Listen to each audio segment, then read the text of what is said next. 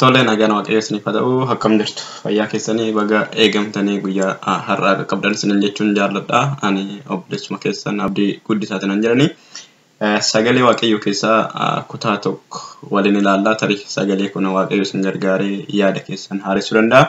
Jireenya keessan haaressuu danda'a. Namoota tokko tokkoof jabina ta'uu danda'a. Namoota tokko tokkoof abdii, namoota tokko tokkoof immoo dhaabbii jabina kaan isaanii kaasuu danda'a. Tarii immoo kan isaanitti dagufuu ta'uu danda'a jedhee yaada. Waaqayyo maqaan isaa kan ulfaate ta'uu sagalee waaqayyoo kutaa har'aaf qabu macaafa Iyyaasuu keessaayi. Kutaa tokko ilaallaa. Kutaa kana namoonni akkuma isaanitti fakkaatee fi akka yaadni waaqayyoo isaaniif kennetti mata duree garaagaraatii fi haala garaagaraatiin lallabuu barsiisuu danda'u. Haa ta'u malee immoo waaqayyo akka na gargaareef immoo akka yaada koo banetti akka dubbiin natti kennametti anis akkasuma yaada kootti fakkeessee sagalee waaqayyoo kanaaf ergaasaa keessa waa dubbachuun barbaada. Maqaa waaqayyoo kan ulfaate ta'u boqonnaa 14 irra jira. Yaada kana asuma waliin dubbifannee jalqabna. Biyyi inni El'aazaar lubichi Iyyaasuun ilmi Nuunii fi warri dura buutuun gosoota Israa'elootaa biyya Kana'aan keessaa Israa'elootaaf dhaala godhanii hiran kanatti hufee jira. Dhaala sanas akka waaqayyo Musee abboometti gosoota 9 walakkaa gosa mukaa buusanii hin hiranii jedha. Museen gosa lamaanii fi isaa walakkaadhaan maal godhee Yordaanos gama karaa maalii ba'a biiftuu dhaala kenneefi ture jedha. Otoo hin ce'in jechuudha. Garuu sanyii Leewitii fi warra sana gidduudha dhaala hin kennineefi jedha. Warra sana gidduudha maal hin taane warra Leewwitiif dhaala hin kennineefi jedha. Iddoo horii isaanii dheechifatanii fi mandaroota ofii isaanii keessa jiraatan yookiin keessa buufatan duwwaa qabeenya isaanii godhatan malee biyyicha dhaala isaanii hin arganne jedha biyya sana keessaa jechuudha. Israa'eloota akkuma waaqayyo Museen abboometti laficha hin hiranii jedha. Asitti otoo gara ergaa kootti hin ceeni Leewwota dhaalli isaanii waaqayyoodha. Yookiin isaan warra mana waaqayyoo keessa hojjetanidha. Saba waaqayyoo irraa waan hafe bu'aa yookiin immoo tirraa fi yookiin immoo irraa haftee saba waaqayyootiin jiraatu malee isaanii dhuunfan isaanii waaqayyoodha jedhamee waan mana waaqayyoo keessa luboota ta'anii hojjetanii fi isaaniif inni kun hin kennamneef jechaadha. Ergasii gosa Yihudaa keessaa namoonni Gilgalitti Yesuus dhiifama Iyyaasuu bira hin dhufanii jedha. Isaan keessaa Kaaleb ilmi Yeruusafeen inni Qenaazichi Iyyaasuutti dubbate jedha. Inni dubbii waaqayyoo Qaadesh Barne'aatti yookiin immoo Qarneesh iddoo kanatti Barne'aa jedha iddoo kan immoo Paarraa jedha. Rakkoon hin jiru Qarneesh Barne'aatti waa'ee kootii fi waa'ee kee Musee nama waaqayyootti dubbate ati iyyuu beektaa jedhaan. Waa'ee kootii fi waa'ee kee yeroo Museen garbichi waaqayyoo Qaadesh Barne'aadha. Dhuftanii asitti Qaadesh Barne'aa jedha iddoo kanatti immoo Paarraa jedha. Barne'aadha. Yookiin lafa onaa jechuudha dhaqee akka biyya gaaduuf ana ergee yookiin nu ergee jechuudha namoota 12 yeroo argee seera lakkoofsaa boqonnaa 13 keessatti argachuu dandeenya. Yeroo na erge sana akka biyya gaaduuf yeroo na ergee ani nama waggaa meeqan ture 40. Ani deebi'ee wanta yaada kootti qabadhee wanta dhaga'ee waan an argee waan an achi ragaa qabadhee dhufee maal nan hime jedha. Obboloonni koo warri kana yookiin immoo warri kurnan anaa wajji yeroo dhaqanitti maalidha jedha. Ofii isaaniitii dhufanii achi fuudhanii ofii isaaniitii raafamanii saba warra kaanis immoo garaa isaanii irraa saniin sodaachisan. Ani garuu maal godhaa raawwadheeni waaqayyo gooftaa koo duukaa nan bu'e jedha. Museen yeroo sana kakatee jedha.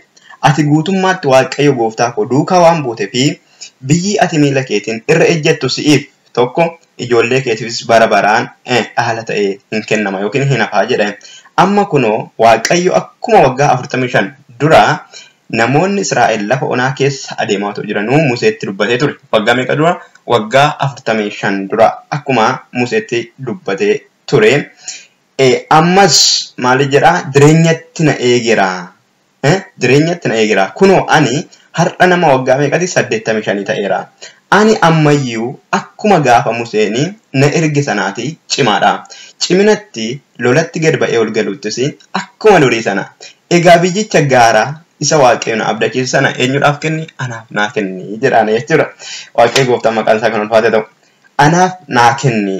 Warri anaa qotaa achi akka jiranii mandaroonni isaanis maal akka ta'e dallaa cimaa akka ta'e atiyyuu gaafa dhageessetta. Namoonni eenyu akka keessa jiraachaa jiran dallaan isaanii ijaarsi isaanii manni mootummaa isaanii ciminni isaanii jabinni isaanii akkam akka ta'e yoo dhageesse. Garuu jedha gaasitti.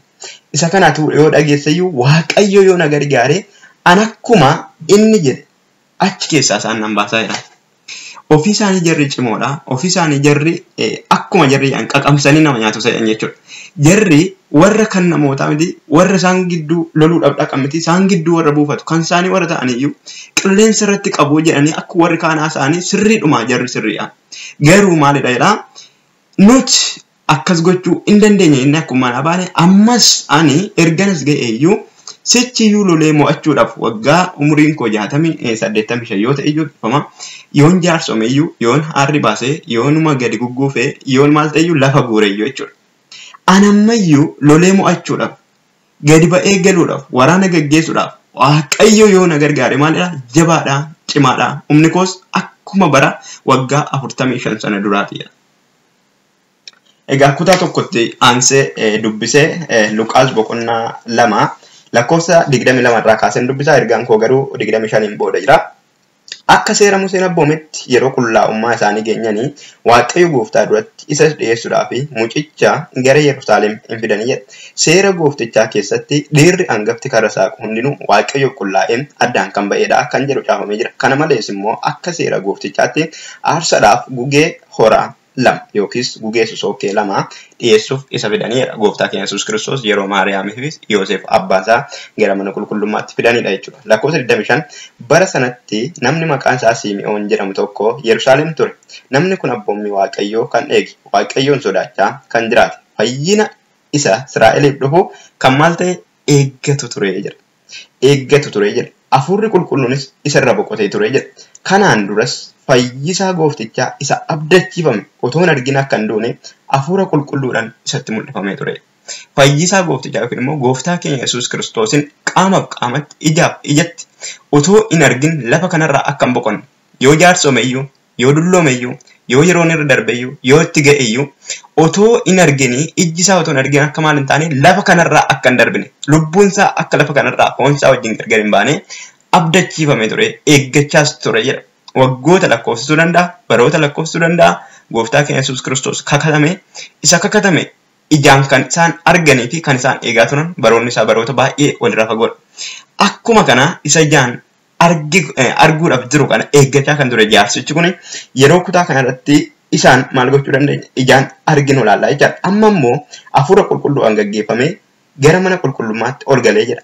Maariyaamii fi Yoosef akka seeraatti isaaf raawwachuudhaaf mucicha Yesuusin mana qulqullummaatti ol galchan. Yommus jedha Simi'oon mucicha fuudhee kaasuus isaatti baattatee waaqayyoon galateeffate egaa jedhe kakuusaa yaadate yaa waaqayyo akkuma dubbattee turte garbicha kee nagaadhaan jireenya kanatti hiiki. Kanaan dura maal ta'ee ture? Kakatamee dubbatamee ture. Kanaan dura waa'ee isaatiif jechi ture jechuudha. Kanaan dura gooftaa keenya Yesuus Kiristoosin ijaaf ijatti otoo hin argin akka hin duune kakatamee ture jechuudha. Asuma keessaa lakkoofsa 36 kaastanii yoo ilaaltanii raajittiin Hannaa jedhamtu tokko turte. Raajittiin Hannaa jedhamtu tokko durbummaa isheetiin yeroo abbaa warraa isheetti heerumteetti waggoota hedduudhaaf yeroo wajjin jiraataniin booda maal taateera? Waggaa 7 kan ta'u yookiis immoo waggaa 7 kan ta'u erga abbaan manaa ishee irraa du'ees akka durbaatti yookiin immoo akka haadha hiyyeessaatti gargar baatee erga abbaan manaa ishee du'ees qulqullummaatti jiraatte. Kanarraan kan ka'e soomaa kadhachaa mana waaqayyoo keessa turte jedha. Haa ta'u malee umuriin ishee 84 kan ga'u jechuun yeroo dulloomte yeroo lafa guurtee dulloomtee gadi jettee gugguufte jettu sanattu waaqayyoon abdattee furii keenya gooftaa Yesuus Kiristoosis eegaa lallabaa raajii dubbachaa turte jedha. Isheen kunis akka yaada waaqayyootiin waggoota amma kanaa eegaa turte abdachaa turte. Ishee qofa otoo hin taane saba waaqayyoo saba Israa'el warra abdii kana eegaa turanitti illee akka isheen raajii dubbachaa turte argina jechuudha. Mee gara kakuu sagalee waaqayyoo guyyaa har'aa qabnutti yoo ilaalle Iyyaasuun boqonnaan kun maal jedhaa? Boqonnaa 14dha. Addumaan boqonnaa 14tti kan xiyyeeffadhe. Dabalee immoo seera lakkoofsaa boqonnaa 13dha kan inni itti xiyyeeffadhe jechuudha. Waaqayyo maqaan isaa kan ulfaate ta'u. Seerri lakkoofsaa boqonnaan 13 kaasee 14 fi 15 akkasuma Iyyaasuun boqonnaa 14 fi 15 haala wal fakkaatuu fi dubbii wal fakkaatu qabu. Addumaan Iyyaasuu boqonnaa 14 lakkoofsa 6 amma 5 fi 15 fi dhiibama boqonnaa 14 lakkoofsa 6 amma 15 fi boqonnaa 15 lakkoofsa 13 amma 19tti. Addumaan immoo ergaa koo argachuudhaaf Iyyaasuu boqonnaa 14 lakkoofsa 11 irratti yoo ilaaltanii mata duree kakuun hin dulloomu jedhu ilaala. Mata dureen kun kakuun hin dulloomu jedha. namni dulloomuu danda'a, yeroon dhufee darbuu danda'a, baroonni wal lakkaa'uu danda'a, baroonni waggaa waggaadhaan yookiin immoo asuma sakandii xiqqoorraa maayikiroo sakandii irraa yookaan daqiiqaatti jijjiiramtee sa'aatitti jijjiiramtee waaree dura waaree booda innee guyyaa gargar qoonne guyyoonni walitti da'amanii torban ta'anii torbanoonni ji'a ta'anii ji'oonni siizinii yookiin waqtiilee ta'anii waqtiileen waggoota ta'anii ilaalaadha. Waggoonni kun walitti da'amanii diikeedis yookiin kurnoo isa jedhan taanee waggaa 100 isa jedhan taanee waggoota 1000 miilineemis haa ta'u jennee isa lakkoofnu kan hundumaa bira darbee kakuun hin dulloomu. Isaan kun wantoota dhufanii wantoota ijaan mul'atan wantoota haalota irratti hundaa'anidha kan dullooman jechuudha. Namni dulloomuu danda'a, namni yeroon isaa darbuu danda'a. Garuu kakuu qabaannan namni kakuu sanaaf jecha hin dulloomu. Kakuu jechuun sagalee waaqayyoo jechuudha. Kakuu jechuun sagalee waaqayyoo jechuudha. Waaqayyo jechuun immoo sagalee waaqayyoo jechuudha jedha. Yohannis wangeela Yohannis boqonnaa 1 irratti dubbistanii waaqayyuma jechuun isaa sagalee waaqayyootidha. Sagalee waaqayyoo kun bara baraan hin darbu. Laftii fi samiin kun wantoonni mul'atanii fi wantoonni nuti yeroo kana argaa jirru qabatamaadha jedhamanii jiran kuni tangible things are just past. Isaan kun hin ba'u, hin darbu, hin uumamu, ammas hin darbu. Isaan kun hin dhufamu, kan biraa hin dhufa, hin darbu. Haalonni hin jijjiiru. Waaqayyoof garuu alfaa Omeegaa jedhan. Alfaa jechuun jalqabas kan ture, Omeegaa jechuun immoo lakkoofsa gadiitti dhumarras kan ta'e jechuudha. Alfaa Omeegaa jechuun jalqabas dhumas jechuudha. Duraanis tureen otoo namni hin jiraatin akkasuma otoo laftii fi dacheen samiin kun hin jiraatin akkasumas immoo ammas darbee dhumarrattis hin jiraata jechuudha. Kanaaf alfaaf Omeegaa waan ta'eef kakuun sagalee waaqayyoo fi alfaaf Omeegaadha jechuudha. Kakuun sagalee waaqayyoo nuti dulloomnullee nuti darbiniyyuu hin darbu jechuudha. Saba Israa'el ilaaluu dandeenya. Sabni Israa'el darbaniyyuu dhumaniyyuu kakuun waaqayyoo jabaatee dhaabate. Abrahaamin ilaaluu dandeenya. Abrahaam dulloomee Saaraanis akkas taate lafa guurtee bara jireenya isaanii darbuyyuu kakuu waaqayyoo hin darbine. Elsaabees Zakkaariyaasis ilaaluu dandeenya akkasidha. Maariyaam abbaa barbaanne ilaaluu dandeenya. Gara dhumaatti itti dhufa waaqayyo maqaan isaa kan ulfaate ta'u. Guyyaa har'aa sagalee waaqayyoo kun kakuun hin dulloomu jedha. Kakuun hin dulloomu kan jedhu kana guyyaa har'aatiif baay'ee qopheesseen turre waaqayyo gooftaan kan ulfaate ta'u. Kakuun hin dulloomu kan jedhu kana yeroo yertuun booda itti qophaa'ee haala sirreeffadhee haasawwan dura. Haa ta'u malee mata duree baay'ee haalan sirreeffadhaa yeroo kun sirreeffadhaa ittaan karoorsaa seeram sirriitti haasawuu barbaada jedhee waan itti karoorsuu fi yeroon naaf kennate akkan itti karoorsuu fi akkan haasawuu barbaadu totoon haasa'in yeroon koo waan darbuu fi bira waan darbuuf. Ergaan immoo yeroo itti dhufe sanatti keessa namooti ho'aa ta'ee yeroo itti dhufe kanatti ergaa guutuunsaa haala darbuun maluun darba malee yeroo tokko ammuma turu ergaan isaa irraa jijjiirama irraa hir'ita haalli isaatti jijjiirama bira darbaa deemaa jechuudha. Itti qorraalee ergaan yeroo isaa wajjin waan bareeduu fi sagalee waaqayyo guyyaa har'aaf qabnu kakuun hin dulloomu hin jedha. Iyyaasuu boqonnaa 14 lakkoofsa 11 irratti jecha Kaaleeb argina. Ani ammayyuu akkuma koo kaleessaa sanaadha. Ani umuriin koo waggaa meeqa jedhee himata 85dha. Waaqayyo kan kakuunaaf galee waggaa meeqa tura achi waggaa dugda duubatti deebi'ee waggaa 45 har'aa duraadha. Waggaa 40 lafa onaarra turre. Yeroo lafa onaa sanarra deemaa turru waaqayyo gooftaan waa tokko na dubbachiisee waa tokko na abdachiisee arraba koorra kaa'ee arraba Museerras kaa'ee arraba isaatiin kanatti dubbate waaqayyo jecha na biraa qaba. Jechi inni na biraa qabu kun baroota lakkoofseera. Ani garuu har'ayyuu yaada koo keessa jira. Anarrayyuu dhimmeen duuka bu'aa jira. Anarrayyuu raawwadhee waaqayyo gooftaa koo irratti maal ta'in jira? Of gateen jira. Sagalee waaqayyootu jedha waa'ee isaati. Isa waaqayyo dubbate kan dubbatu isa waaqayyo dubbate haa dubbatu jedha. Phexros boqonnaa 4 lakkoofsa 11 fakkaata. Phexros jalqaba. Inni dubbatu isa waaqayyo jedha dubbata.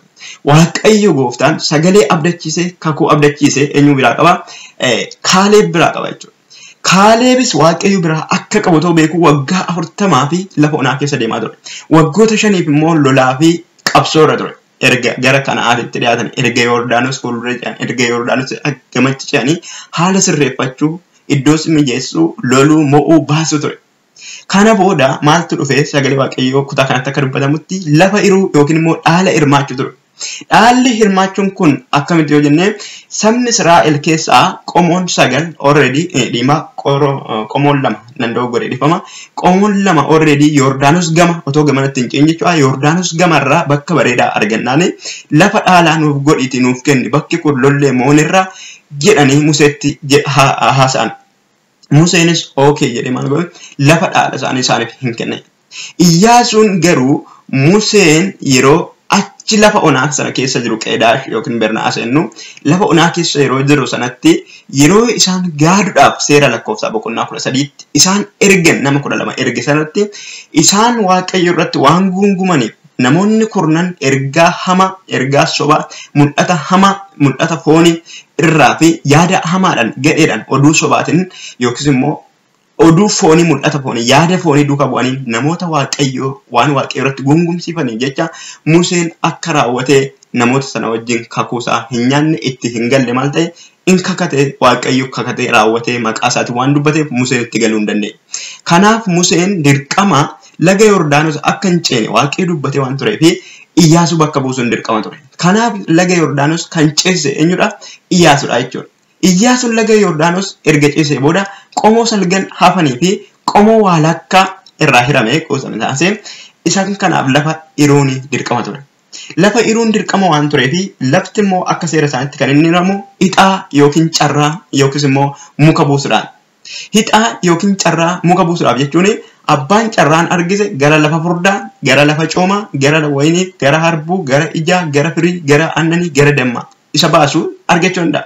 Abbaan carraan immoo uume qarqara, abbaan kan walakkaa, abbaan kan gara baay'ee ijaarsa gamoowwan bareedoo gara gimbii argachuu danda'a. Warri kaanis immoo akkasuma gara baadiyyaa gara qarqaraas argachuu danda'a. Akkasitti jechuudha. Garuu Kaaleeb kan inni dubbatu ani carraan barbaadu.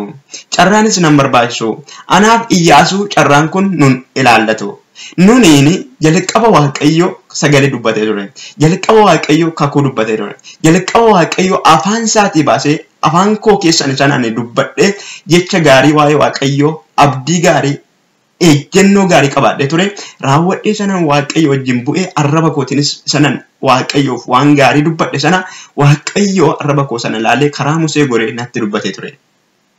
Afaan isaatii baasee Anaaqotaanii Amaaleeqotaanii hin lolte immoo atta hin qabatta gara gaaraasaa gara Efreem keessa maal taata immootee qabatta jedhee afaan isaatii waan itti dubbate maalidha dirqama anaaf otoo carraan tokkollee nan barbaachisini iddoon jedhame naaf kennamu qaba. Iddoon jedhame naaf kennamu kuni akkuma warri Israa'el qomoon Israa'el kurnan warri kanaan dura buutonni hangafoota sabaa jechuudha yaada hamaa yaada saba kuffisu dubbatan sana ammallee loltoota sadii beekamoo ilmaan Anaaqotaa loltoota sadii kana ishee maayifayee jechuudha. Sadan kana ilaalanii sodaatanii gara sanarraa dheensuu danda'u. Ani garuu ammayyuu umuriin koo 85 yoo ta'eyyuu jaarsa yoon ta'e lafa yoon guureyyuu humni koo lolee ba'uun galuun koo mo'uun koo sun akkuma kaleessaa haaradha waan ta'eef lolee mo'uu fi qabachuu nan danda'ati rakkoon hin jiru. Ammayyuu jarri warri humni isaanii guddaa warri ijaarsa isaaniitii gamoo isaanii karaa itti seenan hin jirre warri lolanii mo'uu warri akkasuma akka leencaa nama qabanii qaqqabsuu cabsuu danda'an sun ammayyuu keessa jiru ammayyuu isaan kana mo'ee baasuu nan danda'a jedheeti Iyyaasuu fuulduratti dubbata jechuudha. Akkuma jedhee Iyyaasuun irraanfachuu danda'a tarii. Waggaa 40 dhiistii guyyaa 40tti namni kakuusaa irraanfachuu danda'a. Guyyaa 40 dhiistii sa'aatiin 40 iyyuu kakuu nama irraanfachuu danda'a. Sa'aatii 40 dhiistii daqiiqaa 40 iyyuu nuti waan duraan lafa keenya deebinee iddoo keenya sanaa yaadachuu dhiisuu dandeenya. Waan namni duraan nuun jedhe deebinee perfektii isaa irraanfachuu dandeenya. Inni garuu lokeeshinii isaa eessatti akka isaan jedhame bakka isaa jechi maalii akka isaan jedhame eenyu akka isaan jedhe bakki isaan jedhame sun maal akka fakkaatu kaartaa isaa already sammuu isaa keessa kaa'ate. Mul'anni isaa achidha waan ta'eef. Kana qofa miti gaafa lafa sana dhaaluudhaaf gaaduudhaaf dhaqanii laficha sana ilaaluu dhaqan sana Iyyaasuu fi Kaaleeb namoonni warri kaanis eenyu arganiiru iddoo Kaaleeb mo'uudhaaf jedhu sana iddoo Kaaleeb fudhachuudhaaf jedhu sana iddoo Anaaqonni Amaaleeqonni jiran sana Amoononni warri kaan Mo'aabonni hundumtuu jiran sana arganiiru turan. Iddoo Kana'aanonni qubatanii jiranis arganiiru turan. Dheerinni isaanii jabinni isaanii maal akka fakkaatu arganiiru turan. Kana hundumaa yaada Waaqayyoo keessa kaa'eeti ani raawwadhee Waaqayyoo koo gooftaa duuka bu'eera. Waaqayyoo sirriidha guddina isaanii jabina isaanii argeetuma akka nuti moonu kaaltii yookiin awaayii jenna miti surraa irraa fuudheera. Jara kana inyaannaa immoonaa in caccabsinaa in qabannaa jedhee waan dubbateef Waaqayyo kakuunaaf galee anaan ixaanan barbaachisu. Waggoota amma kanaa qooda ormaatiif jechaan dararamaa ture. Rakkachaa ture. Lafa onaarra deddeebi'aa ture. Karaa kallattiidhaan itti ceenu dhiiseeti waaqayyo gooftaan Amaaleqoonniif Kana'aanonni jidduu kana buufatanii waan jiraniif irraa garagalaa nuun jedhee nu dhorke. Otoo nuti hundi yaada waaqayyo duuka buunee jiraanne kallattiidhaan itti ceenaa turre. Amma garuu karaa lafa onaa karaa galaana diimaarraanii naanna'aa waggaa 40 akka turruu fi sabni waaqayyo irratti hin abdanne akka dhumuuf jecha waaqayyo kakuu koo waggaa amma kanaa lafatti na rakkisaa ture waan ta'eef qabee na joorsaa ture waan ta'eef amma garuu isaan wajjin maal hirmaachuu hin barbaadu hidhaa hirmaachuu hin barbaadu buufanni mukaas maal ta'u nan barbaachisu jedhe jechuudha. Waaqayyo gooftaan kan dhufaate kakuun hin bubbula ta'uu danda'a. Hin tura ta'uu danda'a. Bara lakkoofsituu danda'a. Yeroo fudhachuu danda'a. Garuu kakuun hin dulloomu. Waaqayyo hin dulloomu waan ta'eef waaqayyo ofiisaa kakuudha. Waaqayyo hin dulloomu waan ta'eef waaqayyo ofiisaa sagalee isaati waan ta'eef. Sagaleen waaqayyo hin dulloomu waan ta'eef sagalee waaqayyo kakuudha waan ta'eef. Kakuu jechuun abdiidha waan ta'eef. Waadaadha waan ta'eef. Jecha waan ta'eef. Akka namootaa miti kan namoota expaarii ta'uu danda'a. Wanti namoonni murteessan sun akkuma namni yeroodhaan du'u yeroodhaan dhalatu akkasuma wal jijjiiru wanti ijaan mul'atu hundumtuu abdiin ijaan mul'atu immoo maalidha jedha abdii miti jedha. Wanti ijaan arginu wanti ijaan mul'atu kun hundumtuu in darbaa yeroodhaaf itti fayyadamna akkas jechuudha expaarii. Garuu waaqayyoon expaire date kan hin qabne barri isaa yeroo hundumaa sarararra kan jiru haalonni hundumtuu gochaansaa tartiibaan toora galee kan hojjetamu baroota lakkoofsan yeroo lakkoofsan niyyuu waaqayyo hunduratti guyyaan tokko akka waggaa kuma waggoonni kunis akka guyyaa tokko ta'uu danda'u jedhamee isa dubbate kana waaqayyo hundura geggeeddaramuun kun gaaddisee garagaluun hin jiru jechuudha. Waaqayyo dubbannaan dubbateedha waggoota lakkoofsisu baroota lakkoofsisu dubbateedha. Waaqayyo jennaan jedheedha waaqayyoon jenneen sanuma jechuudha. Namni jennaan keessa deebuu danda'a waaqayyoon keessa deebuu jechuudha. Egaa kutaa kanatti saba Israa'el gosoota lammanii fi walakkaan isaanii haalli isaanii already gara ba'a Yordaanos yookiin ba'a biiftuuti kennamee fi sagalii fi walakkaan isaanii immoo laga ce'anii gama akka hirmaatanii fi yeroo isaan qophaa'an argina jechuudha. Yeroo isaan mo'an argina jechuudha. Haalli kan hiramu kan egaa akkuma nana duraan jedhe hixaa yookiin immoo muka jechuudha. Asuma keessatti Iyaasuu boqonnaa 19 lakkoofsa 51 irraa akka muka buusanii hixaan hiramu yookiin immoo lafa hixaa buufatanii akka muka hiratanii lafa dhaalan in argitu jechuudha. Kutaa kana keessaa garuu Kaaleebi hixaan isaan barbaachisu jechuudha. Maaliif jennaani Kaaleeb kakuu dhaga'ee jira. Kaaleeb afaan waaqayyootiin malee hixaadhaan miti bakki isaa buufamuu qabu. Kaaleeb ofiisaa waaqayyo irraa iddoo isaa dhaga'ee ture. Kaaleeb daqiiqaaf sakandii itti achi qaqqabuu fi guyyaaf yeroo isaa wajjiniin kaartaa lafittii wajjiniin namoota achi jiran wajjiniin jechaa fi bakka ishee wajjiniin qabateedha waan ta'eef. Kaaleeb otoo kaartaa fi yeroo isaa bakka isaa iddoo dhaali jedhan sana kaasii jedhanii in kaasa ture waan ta'eef. Mul'anni waaqayyo isa keessa waan ture. Kaaleeb sagalee dhaga'ee waaqayyo irraa kakuu waadaa ganamaa waan qabuuf jecha hixaan isaan barbaachifne jechuudha. Kanaafidha Kaaleeb jechuudha. Afaan isaa ilaalala afaan kana arraba keenya kana jechuudha. Afaan kanaan isanni dubbateef jecha waaqayyo kakuu bara baraa dhaabbatee bara baraan jiraatu. Amma ammaatti illee jedhama caafni qulqulluun lafti sun isaan maqaa isaatiin waamamaa jedha. Waaqayyo arraba isaarra kaa'ee qalbii isaa guutuudhaan waaqayyo duuka bu'ee jecha gaarii waa'ee waaqayyoof waan dubbateef jecha waaqayyo irratti hin gunguminaa waaqayyo gaarii hin danda'a nuuf taasisa immoosisa jedhee waan dubbateef qofa waaqayyo irratti abdatee waan haasa'eef qofa maal ta'e waaqayyo kakuu hin galeef afaan isaatiin afaan Museetiin afaan gooftaa keenya gooftaa Yesuus waaqayyo afaan ofiitiin dubbate waa'ee waaqayyo Museen immoo afaan isaatiin waaqayyo isa dubbatee yeroo eeyyatti immoo argina yeroo Kaaleebitti immoo argina jechuudha. Kanaafidha Kaaleebin hixaan hin barbaachifne jechuudha. Kanaafi waggaa 40 dura 45 jechuun 45 isii ta'e dhugaan isin hin jirane sa'aatii 45 otoo eeggadhu naan jedhani daqiiqaa 45 otoo eeggadhu naan jedhani waggaa 45 miti guyyoota 45 eeggadhu otoo naan jedhani obsa ammamii ji'a 45 eeggadhu torban 45 eeggadhu otoo naan jedhani obsa ammamii akka nu barbaachisu nuti bara kana keenyatti beekna. Inni garuu waggaa 45 guutuu eegee ammayyuu otoo hin dagadin jira. Ammayyuu bifa ishii otoo irraan geeddarin jira. Ammayyuu kaartaa ishii otoo irraan jijjiirin jira. Ammayyuu yeroo bakka ishii eenyu akka jedhee yoom akka jedhame maaltu akka jedhame otoo irraa hin dagatin jira. Tarii isa qofaan miti jedhee ilaalan. Kutaa kanatti kan dubbatamee fi Iyyaasuu ilma akkasuma Kaaleeb ilma Yoofune sanni yookaan dubbatameef kakuun kun akka dubbatamee fi karaa garbichaa gooftaa keenya Yesuus Waaqayyootiin karaa Museetiin ture. Kutaan kun waggaa 45 dura isa dubbatame seera lakkoofsaa boqonnaa 13 keessatti isa dubbatame yaadachiisa godhee dugda duubatti jechuudha. Yeroo inni haasa'u argina kaasee yeroo inni haaressu argina.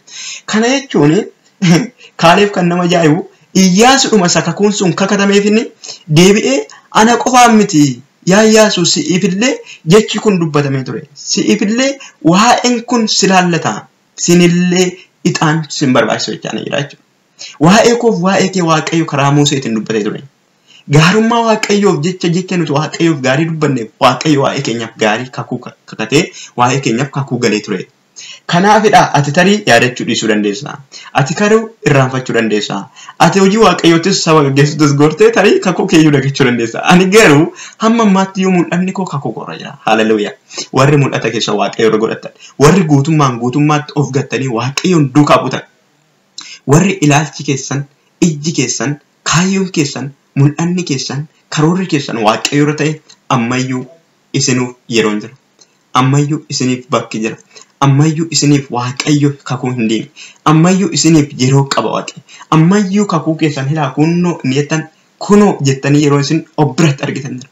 Ammayyuu kakuu keessanitti hin dhiyaatan. Warri Waaqayyo waan gaarii dubbatan, warri yaada keessan guutummaatti Waaqayyo duukaa buustan. Maqaa Waaqayyo bara baraan kan ulfaatu.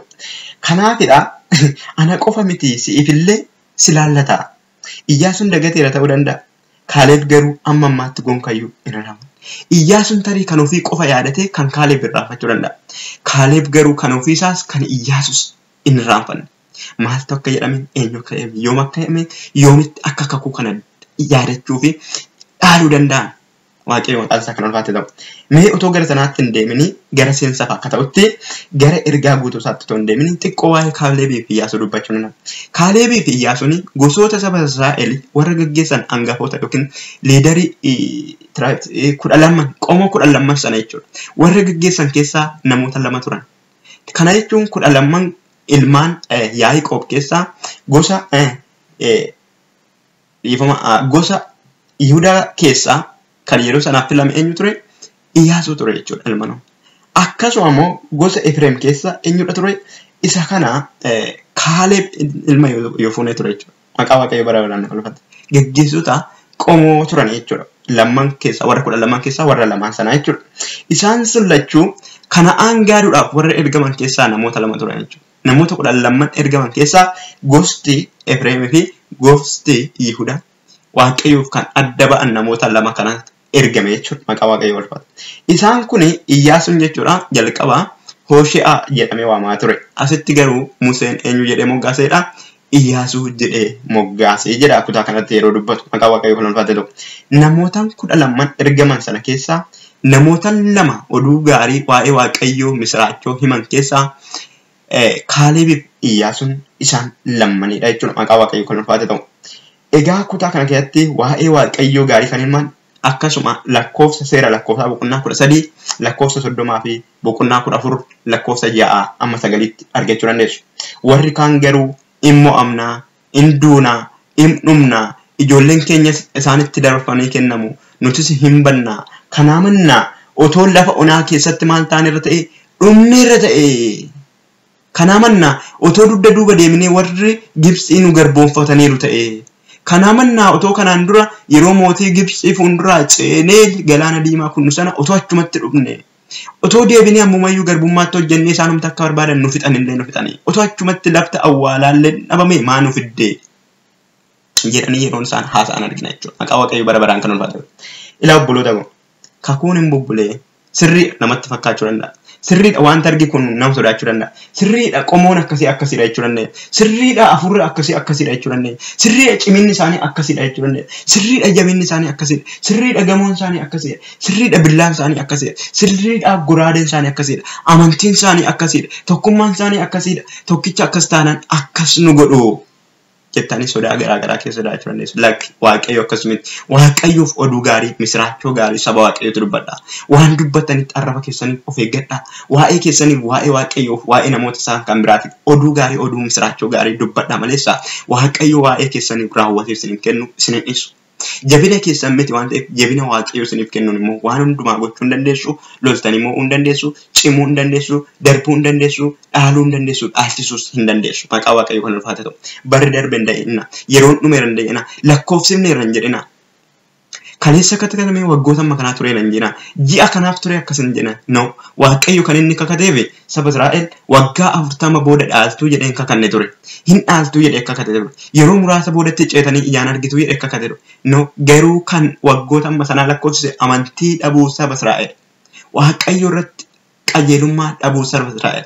Waaqayyoof dabaa dubbachuu saba Israa'el. Qomoo 10 jechuun 0. meeqaa jechuudha 0.2 illee natti fakkaata. 10 jechuun namni 12 ergame parsantii 100 yoo ta'e nama 2 qofatu nama 12 keessaa nama 2 qofatu waaqayyoof adda.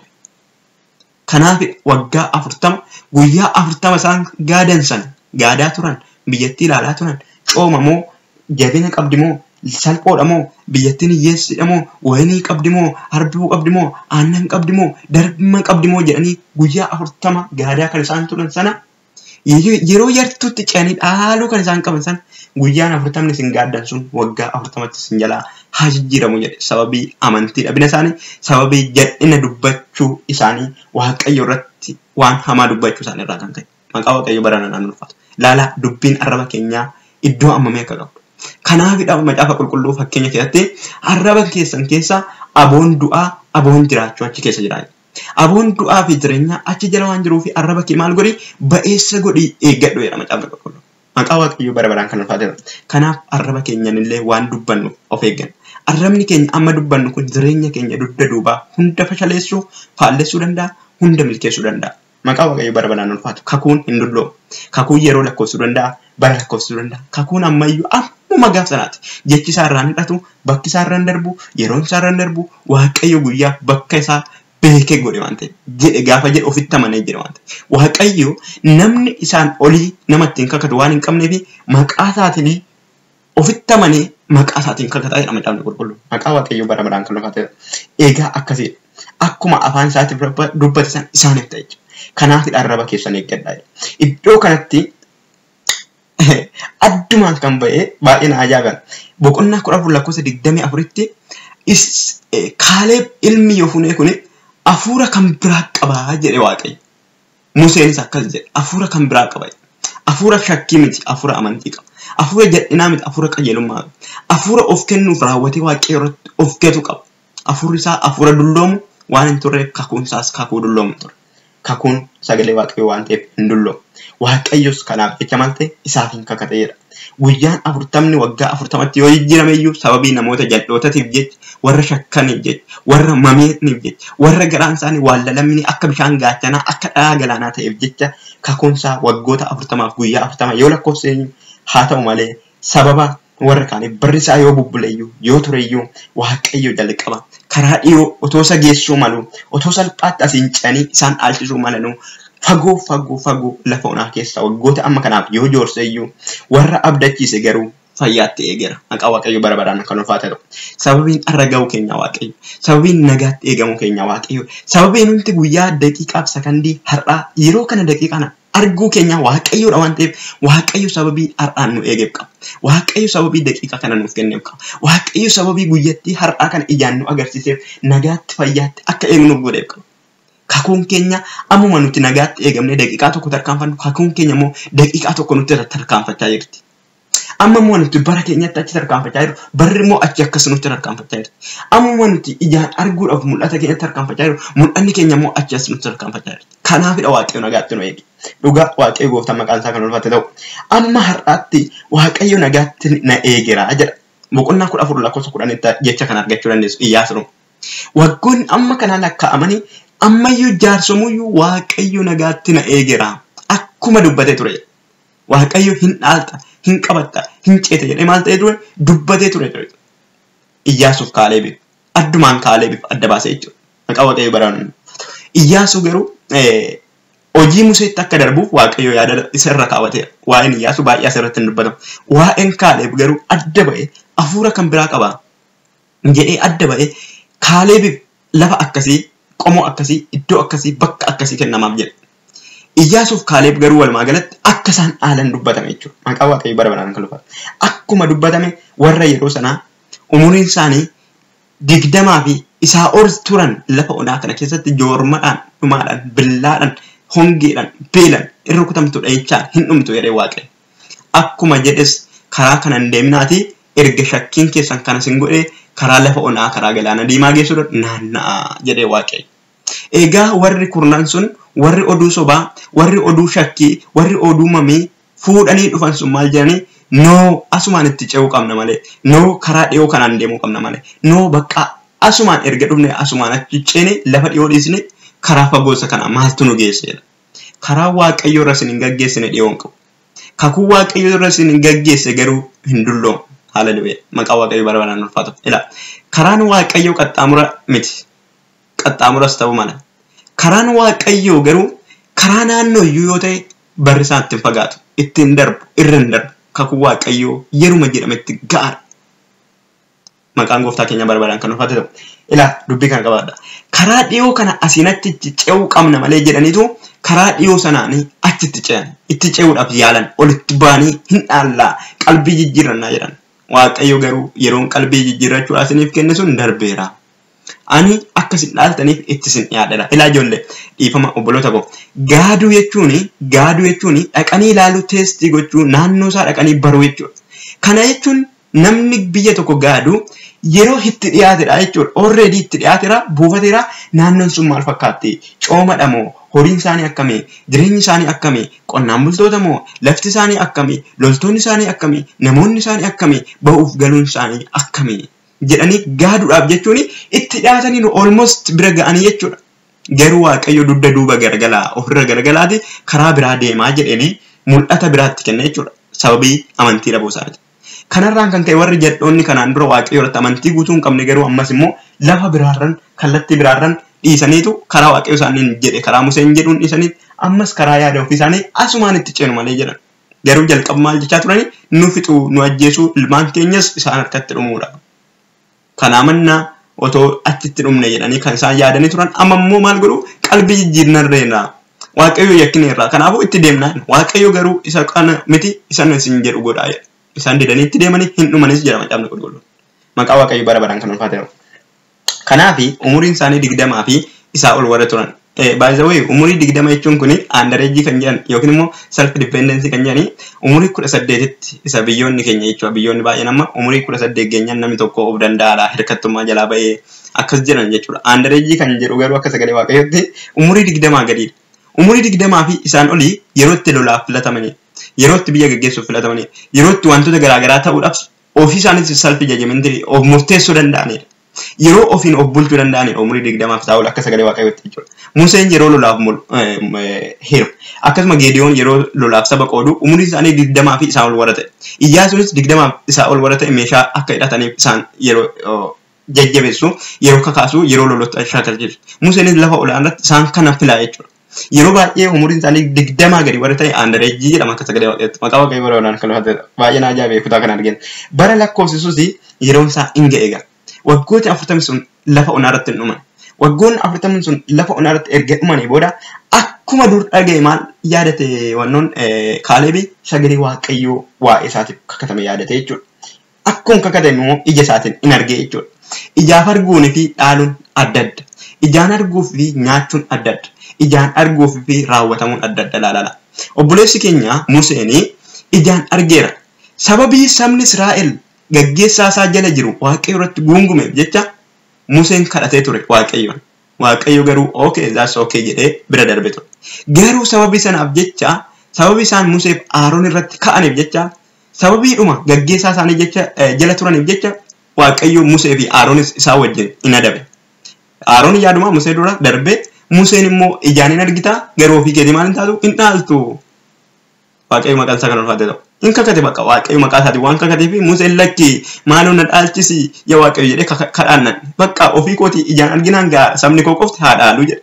In dhaqes in dhaalchises maqaa Waaqayyo bara baraan kan ulfaate Iyyaasuu bakka buusee in hojjechiise jechuudha. Garuu Kaalebii fi Iyyaasuu kan adda godhu namoota bara sana jiraatan keessaa namoota bara waaqayyo kakuu isaan gale jiraatan keessa namoota bara waaqayyo biyya Gibxiitii isaan baasee lafa onaa keessatti kakuu isaan wajjin gale tirentin keessa warra lubbuu qaban umuriin isaanii 20 warra darbe keessa nama lama qofa nama 60 miliyoona amma sanaa keessa nama lama qofatu biyya Kana'aan biyya waaqayyo isaaniif kakate biyya Amaaleqotaa Amoonotaa hunduma Yebuusota kan dhaale eenyudha isaan lamaan qofa dhaaluu qofa miti ijaan immoo argee iddoon waaqayyo kakuu keenya nutti dubbate sun bara dudda duuba sana akkas ture kanaaf amma iddoo waaqayyo jedhe sun nu geenyira waan ta'eef ga'uu qofa miti amma dhaalli keenya maal haa ta'u asiin nutti faa kennamu kutaa kana keessatti nu ixaa hin barbaachisu ixaa kan barbaachisu dhaala ijoollee warra maaliti warra jalqaba sanyiin isaanii soba dubbataniisa warra waaqayyo irratti amantii hin qabnesa warra waaqayyo irratti amantii hin qabne ijoolleen keenya harka diinatti dabarfamanii kennamu jedhe garuu ijoollee keessan miti isintu kennama jedhee warra waaqayyotti dubbate sana isaaniif ixaan abutamu nu garuu bakka waaqayyo jedhuuf haa kennamu jedhe yeroo asitti kakuu isaatiif dubbatu obboloota koo kakuun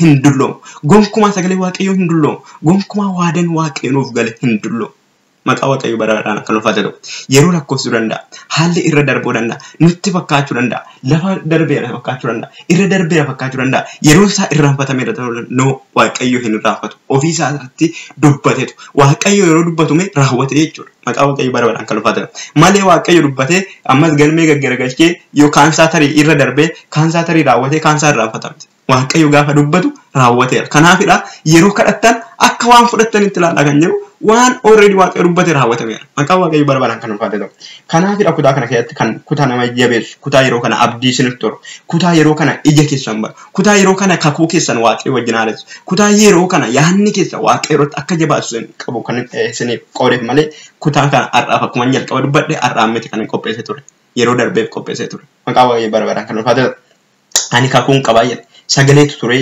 abdii har'a ga'uu kootii kan hin eegaa turetu as jira kan ajaa'ibu garuu waggaa 40 plus waggaa 40 yeroo sana 40 ture lafa onaa keessa 40 deeme waggaa asitti dagee waggaa 5 waggaa 45 kan keessatti waggaa 85 jedhe himata ofiisaati ta'us ani jaarsoome fakkaadhu iyyuu namoonni dhaala nirmaatula sichi maatti godha sichi dhaala maatti godha sichi maal bu'aa qaba sichi humni isaa dhumeera sichi lafa guureera sichi ijaan arginaan bakka isaaf ga'aadha sichi bolla afaan bolla qabeera jedhama miti nama jaarsoome nama lafa gun nama gugguufe inni garuu anammayyuu akka dargaggummaa koo sanaati waggaa 40 jechuun akkama yeroo lafa onaasaa keessa deddeebi'u waaqayyoon dubbatu sanaati amantiin koos ta'ana akkuma sanaa jabina koos ta'ana akkuma sanaa fooniif afuurattis akkasuma waaqayyo baraadhaan kan ulfaate addumaan adda baasee maal jaa lolee mo'achuu fi qabachuudhaaf dhaaluudhaaf illee ammayyuu ani akkuma sanaa jedhee dubbata yeroo sana maal yaadassaa keessa jira warra anaaqota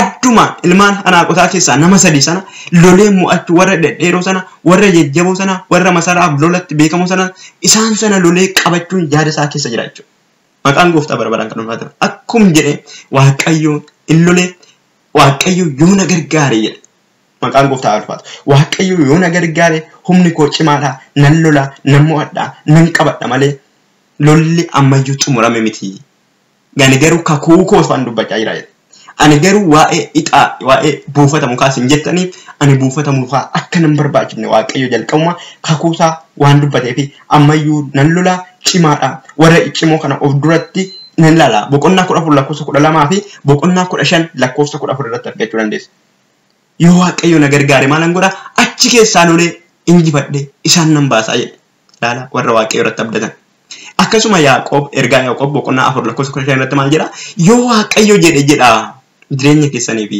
achin dhaqaa asin ba'aa karoora mataa keessaniitiin akkasin ta'inaa asin ba'aa achin galaa guyyaa kana kalan godhaa manan daldalaa nan bitadhaa nan guddadhaa nan hojjedhaa daqiiqaaf sakandii akkasin jedha yoo waaqayyo jedhe kanaaf san nan godha jedha kanaa mannaa jedha maqaan gooftaa baraadhaan kan ulfaate waaqayyo yoo jedhe wanti hin taane waan jiru waaqayyo yoo jedhe dullooman kun lolee mo'achuu waaqayyo jedhe waggaa 85 ta'e akka nama waggaa 40tti hojjechuu hin danda'u maqaan gooftaa baraadhaan kan ulfaate namni kakuu qabu dulloomaan jedhama namni kakuu eeggatu dulloomaan jedhama itti deemuu dandeenya babadhisana isaa egaa obboloota ko warri raawwatanii waaqa irratti hoggattan warri waggaa baroota hedduu sinti lakkaa warri lafa onaa keessan naanna'aa turtan warri bu'aa turtan warri gaddaa turtan addumaan ofii keessanii amantii guutuuf yaada guutuudhaan waaqayyo wajjin duukaa bu'aa otoo jirtanuu sababii beekamneen kakuu keessan kan dheerate bara kan lakkoofsite bu'aa kan turtan yeroon kan isin itti fagaate irra darbeera kan jedhamtan tarii gaa'ela ta'uu danda'a ilaa yeroo tokko gaa'elli kee amma irra darbeera kanaan booda maatti gootaa amma yeroon kee irra darbeera kanaan booda maal si godhaa amma barri kun jedhame akka fakkaatutti baroota kana ture lakki barri sun irra darbeera amma yeroon isaa jijjiirameera amma teeknooloojiin already jijjiirameera amma wanta duratti dhageesseef wanta amma dubbatamu waliin fakkaatu wanti dubbatamu wanti raawwatamu waliin fakkaatu wanti ijaan arginu wanti dhageenyu kan duratti wajjin adda addaa no wanti ijaan arginu kun kan yerooti kan darbuudha kan mul'atee yeroo dhabamuudha gaaddis hin coollaga fixeensa hin bada maqaa waaqayyo barbaadaan kan ulfaata akka daraaraa bakkeeti waan ta'eef akkuma gaaddisni gargar wanti ijaan mul'atu kun hundumtuun garagara garuu sagalee waaqayyo barbaadaan dhaabatee hin hafa jedhamee kan dubbateef sagalee gooftaa keenya Yesuus Kiristoos isa jiraata isa akka jiraatu barbaadaan hafu qofaadha kanaafidha namni sagalee waaqayyo abdiidhaan eeggatu barbaadaan maal ta'a hin haara'a humni isaan haara'a akka ijoo biraa ol hin ka'a akka dargaggeessaa hin fiiga hin gufatu hin dadhabu hin mudhuku maqaan gooftaa barbaadaan kan ulfaata sagaleen waaqayyo abdii keenya waan ta'eefidha malee nuti dulloomuu dadhabnee dimne nuti barri keenya fage nuti aarree baasuu dadhabnee dimne nuti areeda baasuu dadhabnee nuti ammoo barri jiruu sadarkaan dargaggummaa keenya gara jaarsummaa keenyatti akkasii ammoo nuti achi deemaa deemu duunachi akkas nuti deemaa garuu sagalee waaqayyooti akkasuma namni waaqayyoon qabu yoomiyyuu hin haara'a hin jabaata humni isaas akka ijoo biraa ol hin ka'a maqaan gooftaa keenya barbaadaan kan ulfaata hin fiiga hin dadhabu hin kaata hin mudhuku hin nuffu jilbisaa hin bu'u egaa obboloota koo akka jettanii jilbaaf hin buusina namoonni baay'een jilbas hin buusuu danda'u kun barri isaa amma kana lakkaa'eera asisichi dargaggoomteera asisichi bareedinni sirra darbeera asisichi areeda baastetta asisichi aarree baaftetta asisichi isum duratti jette sana jechaa jirta garuu amma ammaatti wanti ta'e hin argine isin jechuu danda'u no namootatu waa'ee kee irraanfate ta'uu danda'a atiyyuu yeroo tokko tokko waa'ee kee irraanfachuu dandeessu waaqayyo garuu waa'ee kee gonkayyuu darbee gonkumayyuu irraanfatee hin beeku bira darbee hin beeku waa'ee kee kan dubbatame fidalli tokkollee keessaan irra ture maqaan gooftaa keenya barbaadaan kan ulfaatan kanaaf obboloota koo kakuu keessanitti jabaadha maayyaa kakuu qabdanitti gammada abdii qabdanitti gammada rakkina obsa kadhannaatti maal ta'a cimaaya malee wajjirraafamaa jiru waan darbu kana duukaan bu'ina isa biyyi lafaa jedhu kana duukaan bu'ina faashinoota baraa kana duukaan bu'ina haalli isaas hin nyaatin yeroon isaa kakuu keessanitti harkaan fuudhin waa'ee waaqayyoof jecha hamaa hin dubbatina jireenya keessanitti achumaan jecha hamaan dubbatina tarii nan kufaa laatan jeena tarii nan badaa laatan jeena tarii nan mo'amaan jeena tarii inni waaqayyo jedhe namatu jedhee laata hin jedhina nama miti waaqayyo biraa taanaan ati yaanni kee raawwadhuuti waaqayyo duukaa bu'i akka Kaaleeb akka Iyyaasuu haleluuya malee ati isa hin dhaalta isa akka Kana'aan Haannaniif damma baasu ati raawwadhu waaqayyo irratti of gati malee ati raawwadhu malee namni rakkina hin qabne hin jiru namni badii hin qabne hin jiru namni shakkii hin qabne hin jiru namni boo'icha hin qabne hin jiru namni gadda hin qabne hin jiru namni garuu waaqayyoon jabina isaa amantii isaa godhatee yoo waaqayyo jedhu humni koo hin jabaataa hin haara'a akka dargaggummaa kootii baallee baasee nan balali'a jedhee namni abdii isaa waaqayyo irra kaawwate bara baraan hiyyeellaas bahu ila dubbiin umarraba keenya nuti waa'ee waaqayyoof dubbannutu kakuu nuuf ta'a dhaala nuuf ta'e bara baraanis nu jiraachisa nuti dubbiidhaan jiraanna malee nyaachuudhaan miti nuti jibbiidhaan sagalee waaqayyootiin malee nyaachaaf dhugaatiidhaan jiraanna nuti abdii ilaala jiraanna kakuu ilaala jiraanna malee nyaataaf dhugaatiidhaan akka biyya lafaa nutti tolee nutti ga'eeti nuti sa'aatii 24 guutuu hojjenneefi miti sa'aatii amma hojjetamuun nu ta'u malee amma ta'uu malummaa waaqayyoo waan jiraanneefidha maqaan gooftaa keenya barbaadaan kan ulfatan ilaa obboloota koo guutummaa keessan raawwadhaa waaqayyootti of gata Kaaleeb umurii isaa waggaa 40 irratti waaqayyoof akka inni bitamee ture argina umurii isaa waggaa 40 sanaan saba Israa'el keessaa qomoo tokko guutummaatti qomoo Efreem keessaa gaggeessaa akka ture argina Iyyaasuunis akkasuma ammas immoo waggaa 80 booda gaggeessummaan amantii isaatii jabina isaaf ta'e ila gammachuun waaqayyoo jabina keessanii jedhama caama gammachuun waaqayyoo isatti gammade kakuun waaqayyoo isaaf galee abdiin waaqayyoo isaaf kenne ammayyuu jabina isaa ture ammayyuu lolatti gaggeessaa ture ammayyuu saba kana dura bu'aa ture ammayyuu kakuusaatti daa'ima kakuusaatti kichuu kakuusaatti dargaggeessa cimaa ture waggaa 85 ta'e nuti garuu amma waggaa 20 ta'anii fa'ite abdii kun sichi yooman gaa'ela raawwadhaa sichi yooman tajaajilaa ta'a sichi yooman lallabaa sichi yooman faarfataa ta'a sichi yooman kaasetti baasaa, sichi yooman ce'aa, sichi yooman darbaa, sichi yooman mana ijaaraa, sichi yooman mana dhaabaa. Waan ijaan mul'atu isheen kun baay'ee garuu Kaaleb waan ofii qofota osoo hin taane lammii isaaf qomoo isaaf dugda duuba sanyii ijoollee isaatiif kan ta'u kan bara baraa isaaf falmaa jira waggaa 85 ta'e. Maqaan gooftaa keenya bara baraan kan lafa ta'u. Akka isinitti dheeratan beekaa garuu akka isiniif galuu fi ergaan isaa guutuu akka ta'uuf. Egaa barri dhufee darbus warri gongummii hin qabne Waaqayyo biratti isaan kakuu qabu. Waaqayyo na gargaaree isa kanaaf sana nan go'a nan caanan darba nan dhaalaa warri jedhan hin dhaalu, hin darbu, hin mo'u, hin qabatu. Maqaan gooftaa keenya bara baraan alfaatu. Waan darbu duukaa irraa hamna. Waaqayyo dabarsee harka ormaatti isin kennu, Waaqayyo dabarsee harka seexanaatti, harka jawweetti, harka bofaatti, harka rakkinaatti, hafuura hamaa fi harka namaatti isin kennu Waaqayyo. Waaqayyo garuu kakuu namoota kan inni dhiyeessuudha. Amma Itoophiyaa keessa fakkeenyaaf kan nuti waliin jiraannu warri amananis, warri hin amannes, amantiin sunis, amantiin kunis sunis waluma makanii jiraatu miti. Warri kaan amantii Waaqayyo irratti hin qaban miti. Warri amantii Waaqayyo irratti qaban qofaaf bokkaan maaliif hin roobne? Warra amantii Waaqayyo irratti qaban qofaaf, warra Waaqayyo jaalatu qofaaf adummaaf hin baane. Warra amantii Waaqayyo irratti qaban qofaaf midhaan isaanii tolee yookiin bishaan isaanii tolee yookiin isaan qofaaf warqii maaf gadi hin roobne? Maqaan gooftaa keenya bara baraan alfaatu. Isaaniif soogiddi mi'aayee warra kaan maaf bushoomne? Ilaa obboloota akkas ta'e asitti Kaalebii fi Iyyaasuun fa'i qooda warra kurnan sanaatiif jecha adabamaa turan lafa onaa irratti. Qooda isaaniitiif jecha isaan wajjin rakkachaa turan. Isaan nama dhumee badu, nama yeroon isaaniitti jijjiiramuu fi irraan darbuuf jecha isaan kunis wajjin rakkachaa, wajjin miidhamaa, wajjin gidiraa, wajjin bara lakkoofsisaa aadaa boo'aa gaddaa turan. Lafa onaa irratti aduun isaan reebaa, dukkanni isaan reebaa, qorri isaan reebaa ture. Waaqayyo garuu achuma keessattuu yeroo kaan gaaddisaan, yeroo kaan immoo ibiddaaf ifaan ho'aan isaa wajjin deematu. Maqaan gooftaa keenya bara baraan kan lafatu. Ilaasa kana qabadhaa. Waaqayyo sababii warra kaaniitiif kakuu keenya dheeressuyyuu wanti nuti balleessan jiru. Wanti nuti raawwannu kakuu keenya miti. Wanti nuti barbaannu kakuu keenya miti. Kakuu keenya haa dheeratu, borus haa ta'u, iftaan haa ta'u, nuti jireenyatti Waaqayyo nu eege. Kaaleb akkas jedhame. Waaqayyo amma ammaatti akkuma dubbate jireenyatti na eegeera. Kunis immoo kakuun koo akka raawwatamu natti agarsiisa. Waaqayyo nagaatti nu haa eegu, jireenyatti nu haa eegu, waan nyaannu hin dhabin, waan dhugnu hin dhabin, waan keessa jiraannu hin dhabin malee maal jedha Phaawulos? Ga'aadha jedha. Nu ga'a jedha bakka. Waaqayyo gooftaan isin ga'a. Waaqayyo gooftaan isin dhaalchisa. Kakuun Waaqayyo hin dulloomu waan ta'eef. Akkuma kakuun hin dulloomne nutis hin dulloomnu waan ta'eef. Namoota fakkeenya isinii fudhachuu hin danda'a. Iddoo kaleessa keessaa baatan of duuba laalina. Akka saba Israa'el sanaa jechuudha. Akka niitii Looxi jechuudha. Niitiin Looxi of duuba in ilaalinaa fuuldura ilaalaa deemaa iddoo Waaqayyo isin agarsiisu jennaan diddee meeqoo maaltu ta'aa jira jettee of duuba laalte. Teestii goote Waaqayyo. Akkasuma garuu sabni Israa'el qomoon kurnan kun Waaqayyo maal ta'an jira?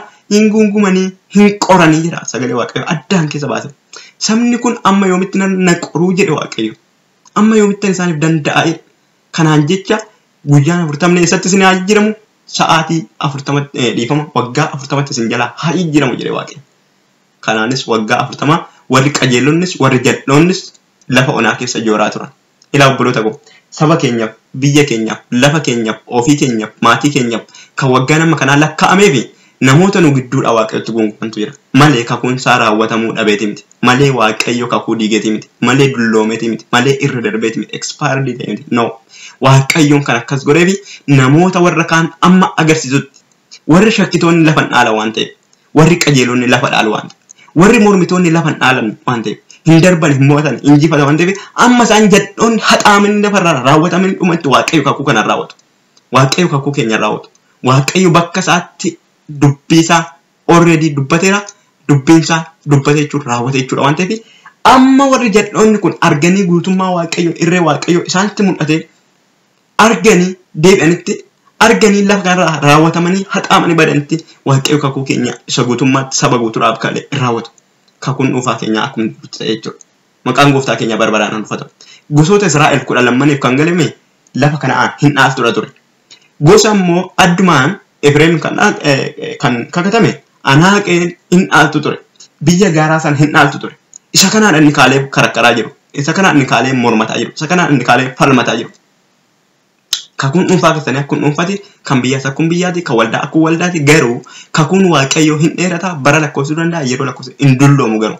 maqaan gooftaa keenya barbaadaan ulfaatu. Obsi riqicha ce'umsatti jedhu miti jechuma irratti jedhu. Rakkina obsaa jedha miti Phaawulos immoo Roomee boqonnaa 12 keessatti. Rakkina obsaa kakuu qabdaa itti gammada abdii keessatti gammada eeggadha kakadha kadhannaa keessatti cimaadha. Humna keessan of hin buusinaa. Namoonni jilba isin hin buusin. Arraba keessan sirriitti ergadha. Ofii keessanii waan dubbatan. Waaqayyoof waan dubbatan. Namoota waaqayyo irrattis immoo waan dubbatan. Kakuu keessanii waan dubbatan. Arraba keessaniif eeggadha. In ture malee tarii hin bulle ta'a. In bulle malee immoo tarii hin hafne ta'a. Kakuu waaqayyo gonkumaa hin hafu waan ta'eef. Waaqayyo nama miti kaa akka nama miti raawwatee hin sobu waan ta'eef. Waaqayyo dubbate jechuun raawwate jechuudha. Waaqayyo ofiinsaa waaqayyoodha. Waaqayyo ofiinsaa dhugaadha waan ta'eef. Humna of hin fuuxinaa. Obsa hin dhabinaa. Ofii keessaniif jilba of hin buusinaa. Namoonni akka jilba isin buusanis hin eeyyaminaa. Irraafaminaa. Ofii keessanii raafamtanii namoota hin raafinaa. Kun sana kana jettanii oduu sobaa olii gadi noofinaa. Oduu shakkii olii gadi noofinaa. Oduu sodaa olii gadi noofinaa. Oduu raafamuu oduu kufaatii olii gadi noofinaa. Qooda kanaa oduu jajjabinaa. Oduu namoota kaaniif warra dhaga'ee ayyaana kennuu danda'uuf, warra kaaniif abdii horuu danda'uuf, warra kaan ceessuu danda'u. Oduu akkasii olii gadi oofuu dandeessu. Oduu akkasii labsuu dandeessu. Qooda kanaa hanarrayyuu humni koo cimaan. Ammayyuu nan ce'a, ammayyuu nan lola, ammayyuu afurri koo haaraadha, jilbi koo haaraadha, ammayyuu abdiin qaba, ammayyuu nan eega, ammayyuu nan dhaala, ammayyuu nan ce'a, ammayyuu nan mo'a, ammayyuu waaqayyo harka kootti dabarsee isaan in kenna jedha. Dhugaan isin jedha warri waaqayyo biraa sagalee qabdan, sagalee wakkaa kanaan hin fayyitu. Dhugaan isin jedha warri waaqayyo biraa kakuu qabdan, sagalee kanaan kakuu keessan in dhaaltu. Dhugaan isin jedha warri kakuu keessatti abdii kutan abdii hin godhatu. Dhugaan isin jedha warri yaadni keessan bu'e yaadni keessan hin haara. Warri jilbi keessan du'e jilbi keessan kun hin maqaa waaqayyo barbaadaan dhufaatu. Mul'ata keessan hin ajjeesinaa. Waaqayyo gooftaan jaallee qaba jedhe waan ta'eef. Waaqayyo bitti hirkate jedhe waan ta'eef. Waaqayyo namni ittiin kakatu isaan ol waan hin jirre maqaa isaatiin kakate waan ta'eef. Maqaan gooftaa barbaadaan kan ulfaate ta'u kanaan olitti deemuu danda'u obboloota koo akka hin jeeqnee fi namoonni na biraa akka hin jeeqamneef jechuudha. Sa'aatiin isaa dhiifama na biraa fagaateera. Yeroo biraa hojiitti waan hin qabameefan otoon isin wajjin haasa'iin yeroo koo lakkoofsee jabina waaqayyo naaf kennu maal jedhe Phaawulos waan hundumaa gochuu nan danda'a. Cimina waaqayyo naaf kennu, jabina waaqayyo naaf kennu ani ammayyuu waan hundumaa gochuu nan danda'a. Rakkina baachuu nan danda'a, obsuu nan danda'a, eeggachuu nan danda'a, kadhachuu nan danda'a, boo'us gaddus dhaabbachuu nan danda'a. Abdii koo harkaan qabachuu nan danda'a. Fiigicha koo fiiguu nan danda'a. Moo'uu nan danda'a. Loluu nan danda'a. Akkasuma gonfoo koo qabachuu nan danda'a. Kana dhiibna xoofoo gooftaa keenya Yesuus Kiristoos dhuge keessayyuu hiixadhee xoofoo koo dhuguu nan danda'a jedhe Phaawulos. Maqaan gooftaa keenya barbaadan kan ulfaatu. Akkasitti namoonni akka jireenya keessan irratti hamaa dubbataniif bakka hin laatinaa. Ofii keessanii jireenya keessanii hamaa dubbachuudhaaf bakka hin laatinaa. Waaqayyo warra hamaa dubbataniif hamaa dhumatti. Warra immoo kaaniif jireenya isaaniif laata. Kakuu barbaraaf warra qajeelummaati. Maqaan gooftaa keenya barbaadaan kan ulfaatu. Arrabni keenya kun burqaa jireenyaati. Burqaa du'aatis. Aboo arraba keenya kana hidhii keenya jala mar'ataa jira akkasuma eebbisa gadee waaqayyooti. Yoo nuti jireenyatti jiraachifne jireenyatti geessuu dandeenya. Yoo nuti du'atti jiraachifne du'as nu geessuu danda'a. Nurka jira aboon du'aaf jireenya. Waaqayyo du'aaf jireenya kaa'eera. Eebbaaf abaarsas immoo kaa'eera. Gooftaan barbaadaan kan ulfaatu. Mee dabalataanii akka yaadni keessan isaan duuka bu'uu fi kakuu baroota lakkoofsisee fi akkasuma immoo namoota obsanii eeggatanii kakuu isaanii nyaatan haa ilaallu. Obboleessa keenya Nohi yoo ilaalle uumama boqonnaa 6 keessatti waggaa 200 fi sanaa ol markaba hojjetee obsee maal godhee akkasuma kakuu isaa hin nyaatee du'a oole jireenya kunis. Abrahaamin inni ilaalla uumama boqonnaa 16tti 12 irraa kaasee dhiifama. Saba isaa qomoo isaa lafa isaa hundumaa dhiisee waaqayyo adda ba'ee haadha manaa isaa biyya isaa wajjin waaqayyo bira adda ba'etti ofii isaatii waggoota meeqa ture waggaa 100 yookiin 99 haati manaa isaas waggaa 90 yookiin immoo dulloomanii waggaa 10 wal dursanii jechaadha dhiifama. Dulloomanii lafa guuranii yeroo umtuu jedhamee yaada namootaa biraa saayintistoota biraa bakki dhumutti kakuun isaanii hin raawwatame. Maqaan gooftaa barbaadaan ulfaatu. Uumama 21 dubbisuu dandeessu. Yaaqoob uumama boqonnaa 27 fi 28 irraa kaastanii ilaaluu dandeessu. Akkasuma Yoosef boqonnaa 37 uumama irraa ilaaluu dandeessu. Daawitiin Saamu'eel boqonnaa 16 isa jalqaba irraa ilaaluu dandeessu. Iyyoobin ilaaluu dandeessu. Addumaan garuu Abrahaamii fi Zakkaariyaas fi Elsaabeet yookiin immoo Abrahaamii fi Saaraa Zakkaariyaas kana Luqaas boqonnaa 1 lakkoofsa 5 irratti ilaaluu dandeessu. Lubicha Simi'oon jedhamu kana Luqaas boqonnaa 2:22 irraa fi raajittii Haannaa jedhamtu kana ilaaluu dandeessu. Walumatti fuuftanii jechuudha. Maqaan gooftaa keenya barbaadaan kan ulfaatu ta'u guddaan isin jaalladha. Dhugaadha. Waaqayyo gooftaan keessa koo kan kaa'een isin tajaajiluun koo isin jaallachuu koo agarsiisa. Waaqayyo guddaa isin haa eebbisu. Ayyaanni waaqayyo isin wajjin haa ta'u. Guddaa tokko eebbifamaa baay'een isin jaalladha. ayyaan si wajjinaa ta'u jajjabaadhaa kakuu qabdan itti gammadaa rakkina keessan obsaa in sodaatina cimaa ija jabaadhaa dhaabadhaa waan hundumaa waaqayyo namoosisaa jabina waaqayyonaaf kennuun waan hundumaa gochuu nan danda'a kakuun koo hin dulloomne kakuun koo hin turre hin bulle hanammayyuu akkuma kaleessati jedhaatii ijjannoo keessa waaqayyo wajjin cimsaa waaqayyo gooftaan immoo warra isatti abdatan takka qaanaan hin beekan waan ta'eef warri waaqayyoon ilaallatan qaanii ammal ta'an takka lafa laalanii hin beekanii jedhee sagalee waaqayyo irratti waan dubbatuuf waaqayyo guddaa sinaa eebbisu obboloota koo yeroo biraa immoo yoo waaqayyo nu gargaare sagalee biraatiin sagalee dhugaadhuma sagalee waaqayyo keessa kaa'e sagalee biraatiin isin wajjin hirmaachuu hin danda'a ayyaanni waaqayyo isiniif haa baay'atu guddaa eebbifama karoora keessan kaayyoo keessan hundumaatti milkaa'a namni kakuu hin qabne hin jiru garuu kakuun keessan kan inni buleef yaada jal'ootaatiif ta'uu danda'a ammas waaqayyoon kakadhaa ammas waaqayyotti cimaa ammas hin sodaatinaa ammas darbaa ammas ce'aa ayyaanni waaqayyo